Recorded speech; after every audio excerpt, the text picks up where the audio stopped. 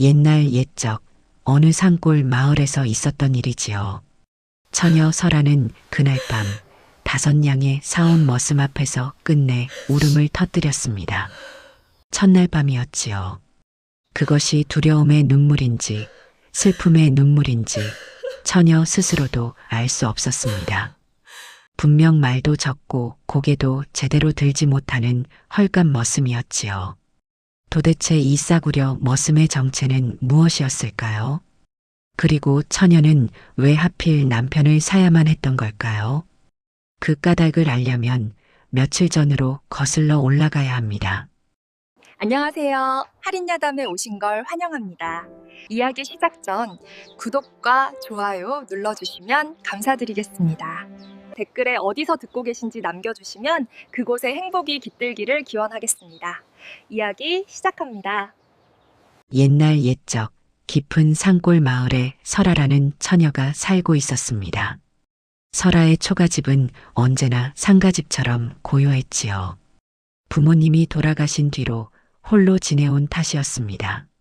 20이 넘도록 혼인을 하지 않는 처녀를 마을 사람들은 안쓰럽게 여기면서도 한편으로는 수군거렸습니다. 어느 날 마을 아전이 설아의 집을 찾아왔습니다. 처녀, 이번 달 안에 혼인을 하지 않으면 관아로 끌고 가겠다. 아전의 눈빛은 차가웠고 그 말에는 협박이 서려 있었습니다.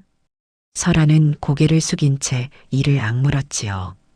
그날 밤 설아는 깊은 생각에 잠겼습니다. 혼인이라니 자신의 삶을 남의 손에 맡기라는 소리였습니다. 하지만 관아의 위협을 무시할 수도 없는 노릇이었지요. 설아는 마침내 결심했습니다. 차라리 남편을 사서 입막음을 하겠다고 말입니다. 장날이 되자 설아는 품에 은자 몇 냥을 넣고 장터로 향했습니다.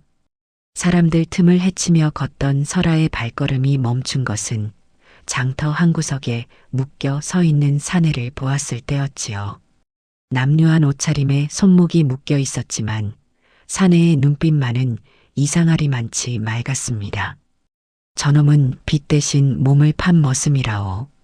5냥이면 데려갈 수 있소. 인신매매꾼의 말에 설아는 사내를 다시 바라보았습니다.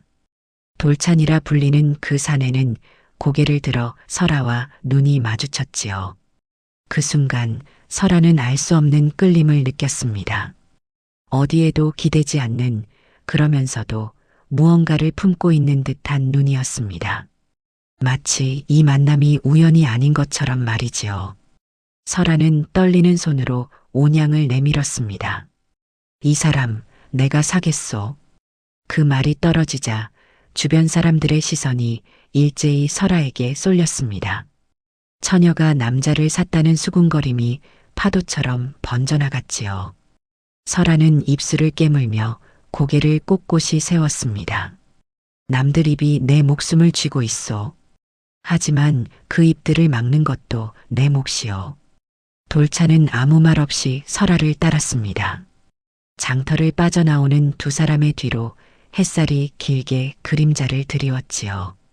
설아는 알지 못했습니다.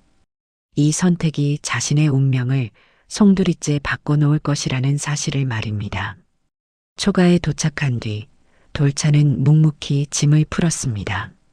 설아가 부엌에서 물을 데우는 사이 돌차는 방 한켠에 쌓인 낡은 종이 뭉치를 발견했지요. 설아의 아버지가 남긴 것들이었습니다. 돌차는 그 종이들을 한 번에 정리하기 시작했습니다. 글자의 크기와 내용에 따라 분류하는 솜씨가 예사롭지 않았지요. 설아는 문틈으로 그 모습을 지켜보았습니다. 그를 모르는 머슴이라면 저렇게 할 수 없었습니다. 설아는 모른 척했지만 마음 한구석이 찜찜해졌지요. 해가 산 너머로 넘어가고 어둠이 마을을 뒤덮기 시작했습니다. 설아가 저녁 준비를 마치고 방으로 들어서려는 순간 집 밖에서 발자국 소리가 들려왔지요. 발자국은 문 앞에서 멈추었고 누군가 문틈으로 안을 들여다보는 기척이 느껴졌습니다. 설아의 심장이 빠르게 뛰기 시작했습니다. 숨을 죽이고 있는데 돌찬이 낮은 목소리로 말했습니다. 오늘 밤은 등불을 끄지 마시오. 그 말에는 단순한 조언 이상의 무게가 실려 있었지요. 밖에 발자국은 한참을 서성이다가 이윽고 멀어져 갔습니다. 밤이 깊어지자 돌찬은 품에서 무언가를 꺼냈습니다. 낡고 닳아버린 나무패 하나였지요. 호패였습니다. 돌찬은 그것을 설아에게 내밀며 말했습니다. 이것을 꼭 몸에 지니시오. 무슨 일이 있어도 말이오. 설아가 호패를 받아들자 손끝에서 이상한 온기가 느껴졌습니다. 호패의 모서리에는 세월에 지워진 글자들이 희미하게 남아 있었지요. 이름이었던 것만 같았습니다. 이게 대체 무엇이오? 설아의 물음에 돌찬은 대답하지 않았습니다. 다만 창밖을 바라보며 깊은 한숨을 내쉬었지요. 그 한숨 속에는 말로 다 할 수 없는 사연이 담겨 있는 듯 했습니다. 자정이 가까워지자 설아는 갑자기 울음을 터뜨렸습니다. 두려워서가 아니었지요. 호패를 손에 쥐는 순간 머릿속에 남의 기억이 물밀듯 밀려들어왔기 때문이었습니다. 피 묻은 장부, 관아의 음흉한 웃음, 억울한 비명이 설아의 머릿속을 가득 채웠지요. 설아는 자신의 것이 아닌 기억에 온몸이 떨렸습니다. 눈물이 뺨을 타고 흘러내렸지만 그 눈물이 자신의 것인지 호패 주인의 것인지 알 수 없었습니다. 방 안의 등불이 흔들리고 설아의 흐느낌이 고요한 밤을 가득 채웠지요. 그 호패, 대체 누구 것이오? 설아의 떨리는 목소리에 돌찬이 다가왔습니다. 돌찬의 눈에 복잡한 감정이 스쳤지요. 그가 입을 열려는 순간 밖에서 쇠붙이가 부딪히는 소리가 들려왔습니다. 문 열어라. 거친 고함과 함께 문이 벌컥 열리려 했습니다. 돌찬이 재빨리 나무 문을 몸으로 막았지요. 문틈 사이로 아전 두 놈과 낯선 사내의 얼굴이 보였습니다. 도망친 놈을 당장 내놓으라. 설아는 그제야 깨달았습니다. 돌찬은 쫓기는 사람이었던 것이지요. 아전들이 물러간 뒤 설아와 돌찬은 한참 동안 말없이 마주 앉아 있었습니다. 촛불이 타들어가는 소리만이 방 안을 채웠지요. 설아가 먼저 입을 열었습니다. 당신 대체 누구요? 왜 저들이 당신을 쫓는 거요? 돌찬은 깊은 한숨을 내쉬었습니다. 그리고 천천히 입을 열었지요. 나는 머슴이 아니오. 관아에서 그를 다루던 설이었소. 설아의 눈이 크게 떠졌습니다. 설이라면 관아의 문서를 다루는 하급 관리였지요. 돌찬은 계속해서 말을 이었습니다. 내가 숨기려 한 것은 신분이 아니오. 장부 하나였소. 그 말에 설아는 호패가 전해준 기억 속의 피 묻은 장부를 떠올렸습니다. 퍼즐의 조각들이 맞춰지기 시작했지요. 돌찬은 품에서 작은 보따리를 꺼냈습니다. 보따리 안에는 얇은 장부 한 권이 들어 있었지요. 설아가 장부를 펼치자 빼곡히 적힌 숫자와 이름들이 눈에 들어왔습니다. 이것은 마을의 세금이 어디로 새는지, 누가 곡식을 빼돌렸는지 적어 놓은 것이요. 돌찬의 목소리가 낮게 가라앉았습니다. 아정과 원님이 한 통 속이었소. 백성들의 피땀을 착취하여 제 배를 불리고 있었지요. 나는 이것을 알게 되었고 장부를 들고 도망쳤소. 설아는 장부를 쥔 손이 떨렸습니다. 이것이 발각되면 돌찬뿐 아니라 자신의 목숨도 위태로웠지요. 그 대가로 당신은 머슴이 된 것이오? 돌찬이 고개를 끄덕였습니다. 진실을 지키기 위해 스스로 짐승처럼 팔려다닌 것이지요. 날이 밝자 설아는 깊은 고민에 빠졌습니다. 지금 돌찬을 내주면 자신은 살 수 있었지요. 관아의 눈밖에 날 일도 없을 것이었습니다. 하지만 호패가 전해준 기억 속의 얼굴들이 자꾸만 떠올랐습니다. 억울하게 죽어간 사람들, 빼앗긴 곡식으로 굶주린 아이들, 눈물 흘리는 늙은 어미의 모습이 설아의 가슴을 쥐어짰지요. 설아는 마당으로 나가 하늘을 올려다보았습니다. 맑은 하늘에 흰 구름이 유유히 흘러가고 있었지요. 내 집은 내 목숨으로 지키겠소. 설아의 목소리는 단호했습니다. 돌찬은 그런 설아를 묵묵히 바라보았지요. 그의 눈에 처음으로 따뜻한 빛이 스쳤습니다. 그날 밤 아전들이 다시 찾아왔습니다. 설아는 돌찬이 시킨 대로 등불을 3개 켰지요. 하나는 부엌에, 하나는 마루에, 하나는 창가에 놓았습니다. 밖에서 본 아전들은 집안에 사람이 여럿 있다고 착각했지요. 저 안에 누가 더 있는 게야? 아전들이 주춤거리며 서로의 눈치를 보았습니다. 설아는 숨을 죽이고 그 모습을 지켜보았지요. 작은 지혜가 균열을 만들어낸 것이었습니다.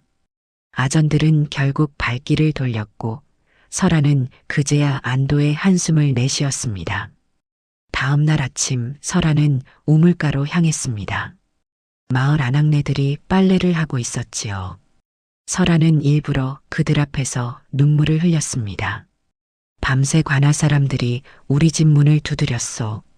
대체 무슨 일인지 모르겠소. 아낙네들의 귀가 쫑긋 섰지요. 소문은 바람보다 빠르게 퍼져나갔습니다. 해가 지기도 전에 온 마을이 수군거리기 시작했지요. 원님이 뭔가 숨기는 게 있는 모양이야. 글쎄, 저 처녀네 집에 왜 자꾸 사람을 보내는 거래? 설아는 입꼬리를 살짝 올렸습니다. 여론이 움직이기 시작한 것이지요. 며칠 뒤 관아에서 사람이 왔습니다. 원님께서 부르신다. 당장 따라오너라. 설아는 가슴이 철렁 내려앉았지만 내색하지 않았지요. 관아에 도착하자 원님이 차가운 눈으로 설아를 내려다보았습니다. 처녀가 법도를 어겼다 하더구나. 혼인도 하지 않고 사내를 집에 들였다니 이게 무슨 꼴이냐. 원님의 말에 설아가 흔들리려는 순간 품속의 호패가 따뜻해졌습니다. 다시 기억이 스쳤지요. 원님이 아전들에게 거짓 증거를 만들라 명하는 장면, 뇌물을 받으며 희죽거리는 얼굴이 보였습니다. 설아는 고개를 들었습니다. 원님의 거짓말 패턴이 보이기 시작했지요. 원님 곁에는 늘 웃는 사내가 있었습니다. 나그네 차림의 그자는 곡물 장사꾼이라 했지요. 하지만 설아는 알아차렸습니다. 그 웃음이 첫날 밤 집 밖을 서성이던 발자국의 주인과 같다는 것을 말입니다. 저자가 진짜 적이요. 설아가 돌아와 돌찬에게 말했습니다. 돌찬의 눈이 날카롭게 빛났지요. 그자는 뒷돈을 운반하는 중간책이요. 놈을 잡으면 원님의 목줄을 쥘 수 있어. 설아와 돌찬은 머리를 맞대고 계책을 짰습니다. 장부가 하나뿐이면 그들이 빼앗으면 끝이요. 돌찬의 말에 설아가 고개를 끄덕였지요. 그렇다면 하나가 아닌 여럿으로 만들면 되지 않겠소? 설아는 마을에서 그를 아는 노인을 찾아갔습니다. 그리고 장부의 내용을 여러 장으로 베껴달라 부탁했지요. 노인은 장부의 내용을 보고는 눈을 부릅떴습니다. 이런 천인공노할 놈들이 있었단 말이오? 노인은 밤을 새워 장부를 베꼈고 설아는 그것을 마을 곳곳에 숨겼습니다. 이제 누가 하나를 빼앗아도 끝나지 않았지요. 진실은 복제되어 마을 전체에 퍼졌습니다. 한편 원님은 설아를 다시 불러들였습니다. 이번에는 위협의 수위가 달랐지요. 내년이 숨기고 있는 그 사내와 장부를 당장 내놓지 않으면 내 목숨은 물론이고 내가 아는 모든 자를 잡아들이겠다. 설아는 이를 악물었습니다. 절체절명의 순간이었지요. 하지만 설아는 굽히지 않았습니다. 원님, 그 장부가 하나뿐이라고 생각하시오? 원님의 얼굴이 일그러졌습니다. 설아의 말이 사실인지 아닌지 확인할 길이 없었기 때문이지요. 모든 것이 끝난 뒤 돌찬이 설아에게 물었습니다. 첫날 밤, 왜 그리 울었소? 설아는 호패를 꺼내들며 말했습니다. 이것이 보여준 것 때문이었소. 호패가 전해준 기억 속에서 설아는 보았지요. 돌찬이 장부를 지키려다 스스로 죄인이 되기로 한 그 순간을 말입니다. 진실을 밝히면 죽을 것이 뻔했기에 돌찬은 차라리 자신이 더럽혀지는 쪽을 택했던 것이지요. 누군가는 더럽혀져야 누군가는 산다. 돌찬이 품었던 그 마음이 설아를 울렸던 것이었습니다. 자신을 희생하여 백성을 지키려 한 그 고결한 마음이 호패를 통해 설아의 가슴에 고스란히 전해졌던 것이지요. 그래서 당신을 돕기로 결심했소. 당신의 그 마음을 헛되이 할 수 없었소. 설아의 말에 돌찬의 눈가가 붉어졌습니다. 소문이 퍼지고 마침내 상급 관청에 감사가 내려왔습니다. 장부가 여러 곳에 퍼진 탓에 원님은 발뺌할 수 없었지요. 아전들은 서로를 물고 뜯으며 책임을 미루기 바빴습니다. 그렇게도 능글맞게 웃던 중간책은 도망치다가 마을 사람들에게 붙잡혔지요. 이놈들을 당장 잡아들여라. 감사의 호령에 원님과 아전들이 포박되어 끌려갔습니다. 마을 사람들은 처음으로 관아 앞에서 고개를 들고 섰지요. 그동안 빼앗겼던 곡식과 돈이 백성들에게 돌아갔습니다. 설아는 관아가 무너지는 모습을 지켜보며 가슴이 뜨거워졌습니다. 호패 속 억울한 영혼들이 비로소 눈을 감을 수 있게 된 것이지요. 사건이 끝난 뒤 돌찬은 더 이상 머슴이 아니었습니다. 감사는 돌찬의 공을 치하하며 다시 서리로 복직시켜 주었지요. 하지만 돌찬은 고개를 저었습니다. 저는 이곳에 남겠습니다. 설아의 곁에 남겠다는 뜻이었지요. 설아는 호패에 남은 지워진 글자를 손끝으로 어루만지며 말했습니다. 이 집에서 내가 산 것은 사람 하나가 아니었소. 설아의 목소리가 떨렸습니다. 당신의 억울함, 그리고 우리 마을의 숨을 산 것이요. 돌찬이 설아의 손을 잡았습니다. 두 사람의 손이 맞닿는 순간 호패에서 따스한 빛이 피어올랐지요. 마치 그 안에 깃든 영혼들이 감사의 인사를 보내는 듯 했습니다. 등불은 꺼졌지만 그 밤의 울음은 마을의 운명을 바꾼 소리로 오래도록 전해졌습니다. 옛말의 지성이면 감천이라는 말이 있습니다. 진심을 다하면 하늘도 감동한다는 뜻이지요. 설아와 돌찬은 각자의 자리에서 진심을 다했고 그 진심이 마침내 하늘을 움직였던 것입니다. 세상에 억울한 일이 있다면 외면하지 마시길 바랍니다. 작은 용기가 큰 변화를 만들어낼 수 있으니까요. 오늘 이야기 들어주셔서 감사드립니다. 다음 이야기도 기대해주세요. 구독과 좋아요, 댓글은 사랑입니다. 편한 시간 되세요.